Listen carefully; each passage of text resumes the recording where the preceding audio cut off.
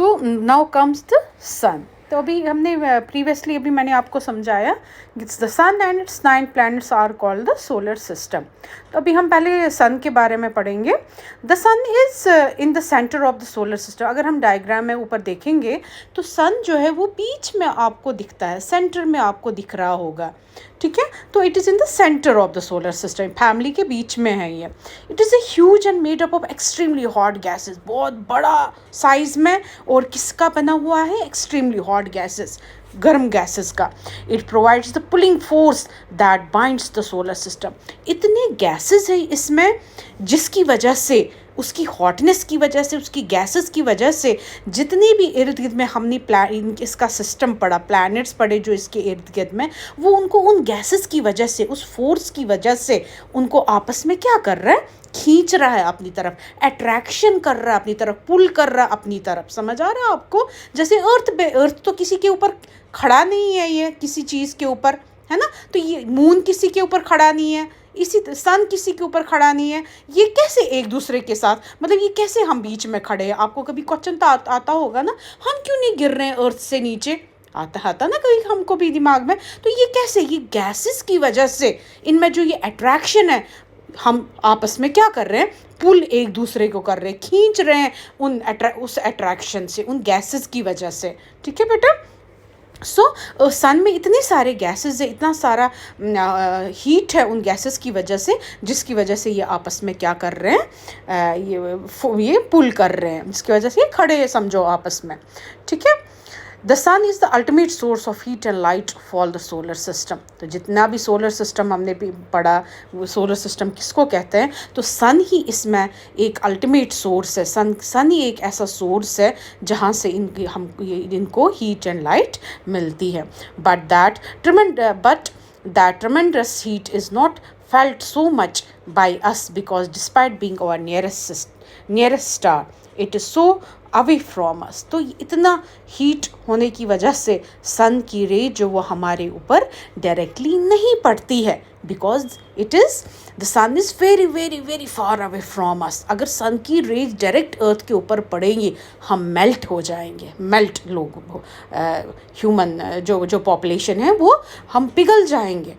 तो यह डायरेक्ट उसकी रेस हमारे ऊपर पड़ती ही नहीं है, ठीक है।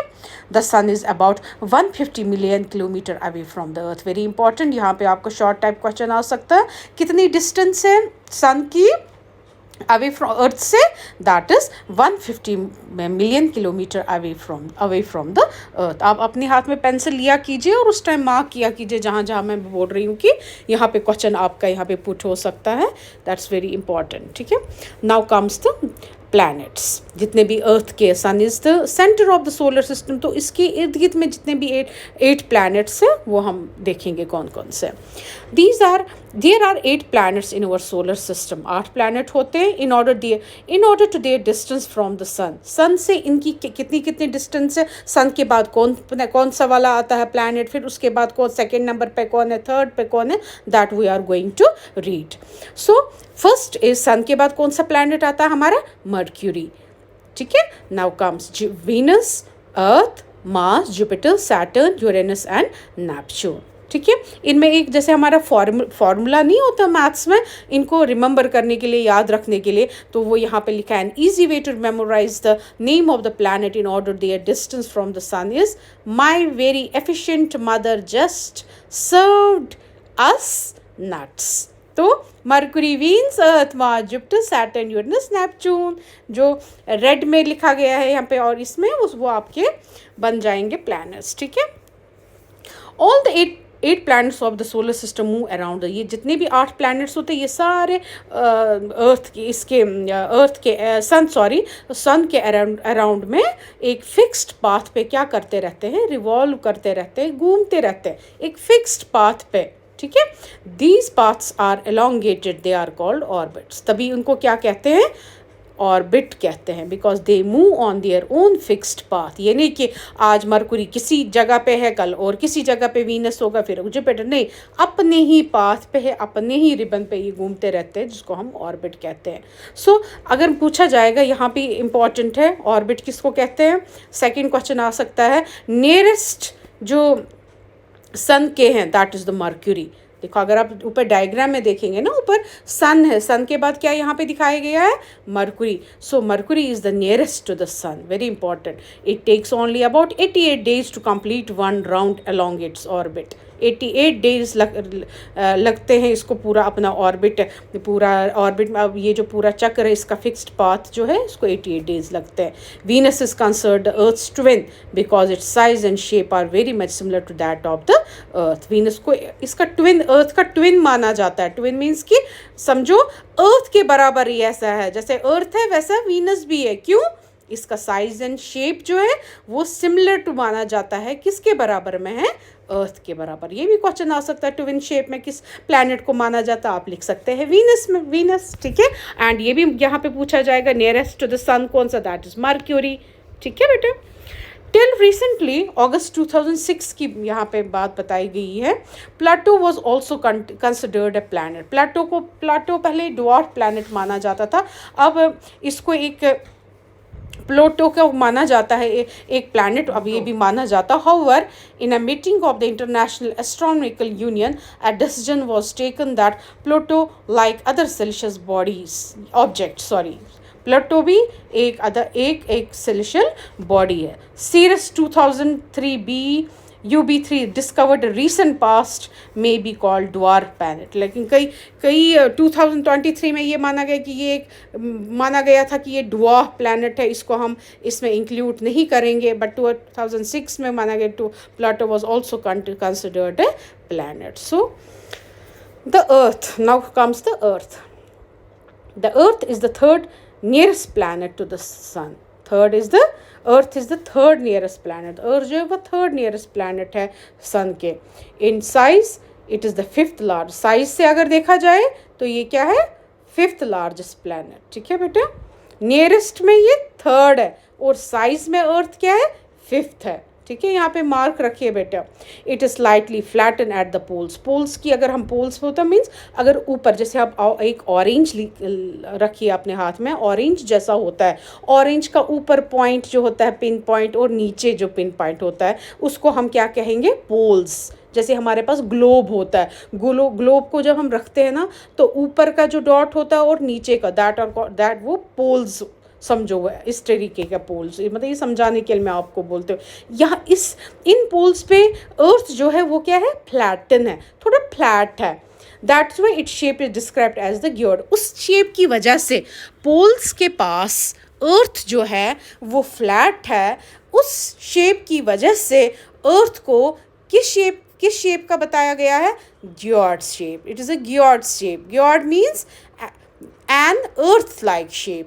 Your shape means an earth like shape. मैं यहाँ पे आपको ऑरेंज लाइक शेप आपको बताऊंगी. जैसे ऑरेंज का शेप होती है उसी टाइप का शेप हमारा अर्थ पे, because it is flatten at the poles. Conditions favorable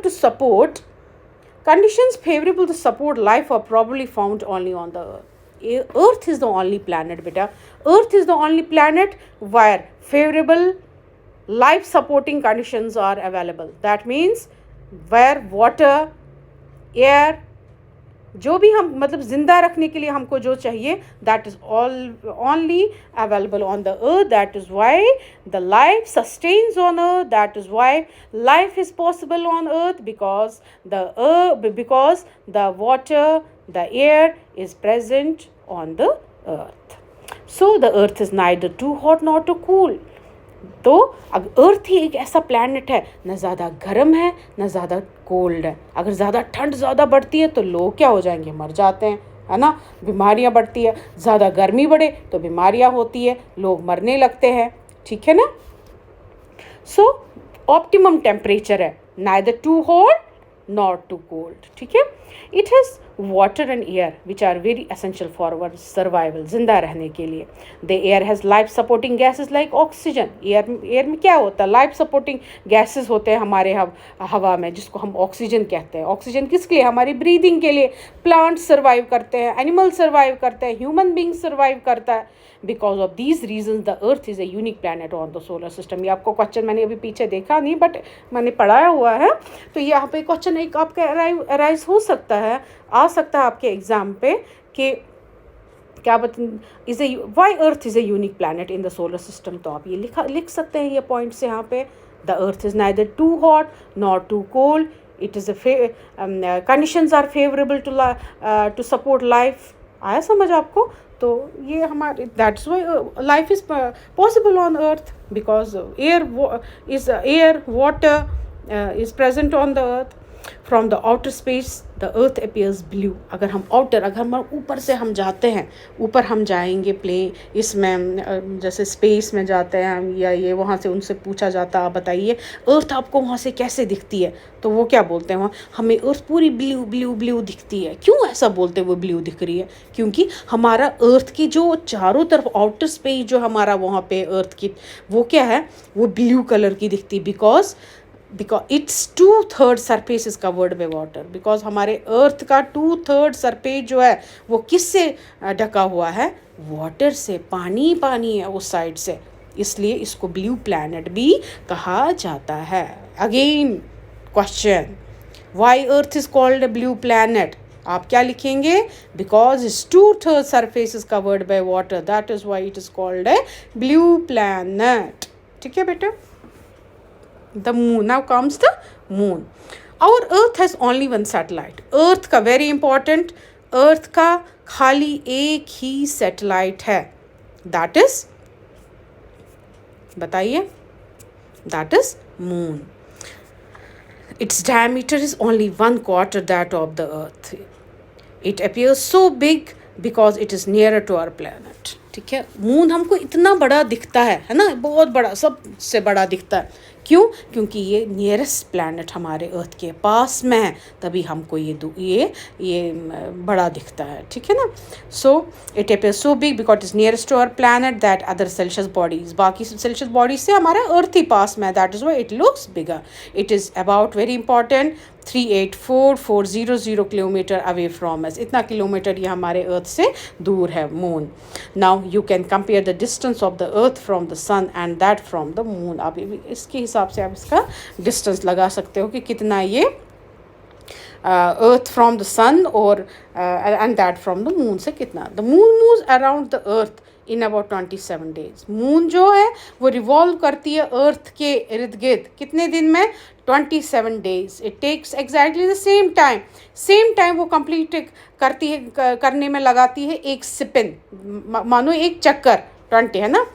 as a result only one side of the moon is visible to us on the earth. तभी हमारा एक ही साइड विजिबल होता है. विजिबल मीन्स तभी हम moon का एक ही साइड देख पाते हैं. ठीक है. The moon does not have conditions favourable for. Moon पे न पानी है न हवा है, मतलब कंडीशंस ही नहीं ऐसी फेवरेबल है जहाँ पे लाइफ पॉसिबल है, जहाँ पे लाइफ चल सकती है या इंसान ज़िंदा रह सकता. पानी नहीं है, हवा नहीं है. इट हैज़ माउंटेन्स भी है, प्लेन्स है, डिप्रेशंस है ऊपर नीचे है ना on it's surface. These cast shadows on the moon surface. Look at the full moon and observe these. देखिए यहाँ पे हम चाहिए एस्ट्रॉइड्स बताया गया है. These cast shadows on the moon surface. Look at the full moon and observe these shadows. बोलते अगर हम फुल मून को पे देखेंगे तो हमें ये शैडोज हमको वहाँ पे दिखाई दे सकती है. Now comes the asteroids. Stars को अब हम छोड़ेंगे. हमने स्टार्स पे पढ़े, मून के बारे में हमने पढ़ा. Now comes the asteroids. Apart from the stars, planets, satellites, there are numerous tiny objects. और भी छोटी छोटी बॉडीज़ होती है ऊपर, विच ऑल्सो मूव अराउंड, जो सन के इर्द गिर्द घूमती है. उन बॉडीज़ को हम क्या बोलते हैं? एस्ट्रॉइड्स. अभी तक हमने क्या पढ़ा? सोलर सिस्टम, उसके प्लैनेट्स के बारे में, सैटेलाइट्स के बारे में पढ़ा, अर्थ के बारे में. अब हम वो और भी उसके बगैर सन के इर्द गिर्द में छोटी बॉडीज़ घूमती है. उन बॉडीज़ को क्या, जिनका हमने कोई नाम ही नहीं, ऐसे कोई वो नहीं है पर्टिकुलर, उन बॉडीज़ को हम क्या बोलते हैं? एस्ट्रॉइड्स. ये क्वेश्चन है. They are found between the orbits of. ये ऑर्बिट्स उस पाथ पे कहाँ पे हमको ये मिलती है? किस ऑर्बिट पे हमको मिलती है? Mars and Jupiter. Scientists are of the view that asteroids are part of a planet which explodes many years back. कुछ साइंटिस्ट्स का मानना है कि कुछ समय पहले एक एक्सप्लोजन हुआ था, एक जैसा समझिए ब्लास्ट जैसा हुआ था, है ना. इन प्लैनेट्स का ब्लास्ट जैसा हुआ था. तो उससे ये छोटे छोटे टुकड़े हुए थे जिनको हम आज जिनका हमने नाम क्या रखा है, एस्ट्रॉयड। तो ये एस्ट्रॉयड्स उन्हीं का पार्ट है, उन्हीं बॉडीज़ का पार्ट है, उन्हीं प्लैनेट्स का पार्ट है, ठीक है ना, जो सन के इर्द गिर्द घूमते हैं। तो ये कहाँ पे घूमते हैं, हमने ये पढ़ा था मार्स एंड जुपिटर। तो साइंटिस्ट का ये माने कि वहाँ कुछ ब्लास्ट हुआ है, उस ब्लास्ट की वजह से ये छोटे छोटे इनके टुकड़े हुए हैं जो वहाँ पे ये घूम रहे हैं, जिनका नाम हमने एस्ट्रॉयड्स दिया है। ये यहाँ पे दिखाया गया है कैसे ये एस्ट्रॉयड्स, इनकी पिक्चर बताई गई है। Now comes the meteorites. क्या होते हैं? The small pieces of rocks, छोटे छोटे पीस रॉक्स के विच जो सन के अराउंड इर्द गिर्द घूमते हैं, उनको हम क्या कहते हैं? मीटियोराइट्स। ठीक है बेटा, क्या small pieces of rocks which around the sun के इर्द गिर्द घूमते हैं, they are called meteorites. Sometime these meteorites come near the earth and tend to drop upon it. अब कुछ कभी जाइए छत पे, आप देखिए, आपको लगता है, हम देखते हैं ना, हाय गिरता हुआ तारा, गिरता हुआ तारा, हम बोलते हैं, कभी मूवीज़ में भी हम देखते हैं गिरता तारा, इनसे अपनी विश पूरी करते हैं। तो वो उन्हीं तारों को क्या बोलते हैं? मीटियोराइट्स होते हैं वो, ठीक है ना। हमको लगता है वो नीचे आ रहे हैं, नीचे गिर रहे हैं, ऐसा क्या होता है उनमें? During this process sometime these meteors come near the, ये अर्थ के पास में आ जाते हैं और गिरते हैं। During this process due to the friction with the air they get heated up and burn. जब मीटियोर्स में क्या होता है, मैंने आपको पहले पीछे ऊपर बोला, ये सारी चीज़ें, जो सारे प्लैनेट्स जो है ये आपस में कैसे खड़े हैं, ये जो इनमें गैसेस होते हैं उसकी अट्रैक्शन की वजह से ये एक दूसरे को समझो खींचते हैं, जिसकी वजह से ये क्या है, खड़े होते हैं। जब इन पत्थरों में, इन मीटियोराइट्स में अट्रैक्शन कम होती है, तो इनमें जब ये फ्रिक्शंस कम होते हैं तो ये क्या होते हैं, ये नीचे गिरने लगते हैं। जो ही ये नीचे गिरने लगते हैं, ये एटमॉस्फेयर में हमारे टच होते हैं, नीचे आते हैं, है ना, स्काई से नीचे आने लगते हैं, एटमॉस्फेयर पे गिरने लगते हैं। तो ये एकदम से किसके कांटेक्ट में आते हैं? एयर के कांटेक्ट में, और ये ईजली से क्या होते हैं, ये बर्न हो जाते हैं। इनमें फ्रिक्शन हीट ख़त्म होती है, इनमें बर्न हो जाते हैं, और इनमें क्या निकलने लगते, बर्न जब होते हैं ना, तो हमको क्या दिखता है? Flash of light. देखो, तो पूंछ वाला तारा भी हमको तभी दिखता है। वो पूंछ वाला तारा नहीं होता है, उसमें वो क्या होती है बेटा?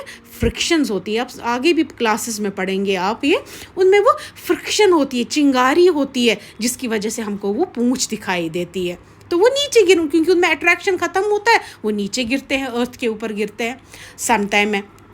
लेकिन यहाँ पे आपको समझना ज़रूरी है, यहाँ पे one is meteorites and another is meteor, and there is a difference between meteor and meteorites. और ये कभी आता भी है, what are meteorites and what are meteors, ये डिफरेंस है यहाँ पे, वो दोनों अलग अलग है।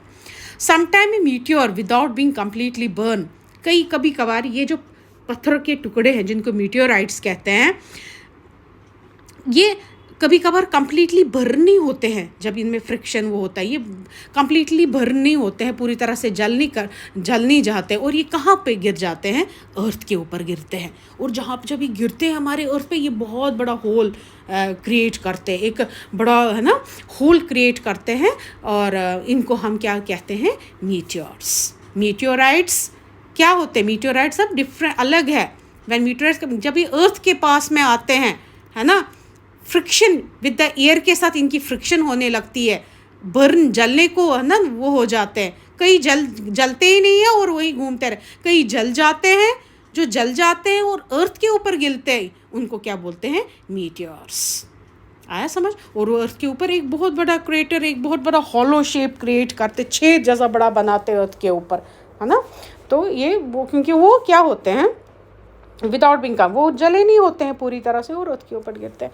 और वो पूंछ वाला तारा, पूंछ क्यों दिखाई हमको देती है, कि वो यहाँ पे लिखा नहीं है, बट मैं वो भी आपको यहाँ समझा रही हूँ इसी वजह से, क्योंकि वो फ्लैश ऑफ लाइट, उसके ऊपर वो लाइट होती है, वो जल रहा होता है, उसकी वजह से हमको वो दिखता है।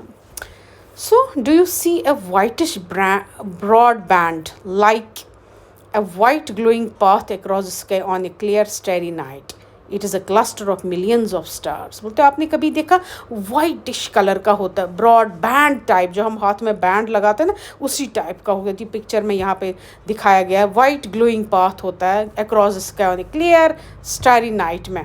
ये क्लस्टर क्या होता है? झुंड, जैसा तारों का होता है, मिलियंस, इसमें वो 5-10 नहीं होते हैं जैसे हमने सप्तऋषि पढ़ा, ऐसा नहीं, यहाँ पे क्लस्टर होता है, झुंड होता है मिलियंस ऑफ स्टार्स का। इस बैंड को हम क्या कहते हैं? Milky Way galaxy. This band, millions of stars in the sky, ठीक है। When we see millions of cluster of stars या millions of stars in the sky, this band is the Milky Way, इसको Milky Way galaxy कहते हैं। और solar system is a part of the, हमारा solar system जो है, सन and it's nine, ये भी एक पार्ट है इस गैलेक्सी का। इन एंशिएंट टाइम, पुराने ज़माने में ये बिलीव किया जाता था to be it was imagine to be a river of light flowing in the sky. Sky में एक नदी तैर रही है जिसमें लाइट ही लाइट है, दस इट इज़ नेम्ड, इसको क्या कहा गया? आकाश गंगा, ठीक है। This Milky Way galaxy is also called Akash Ganga ancient time में।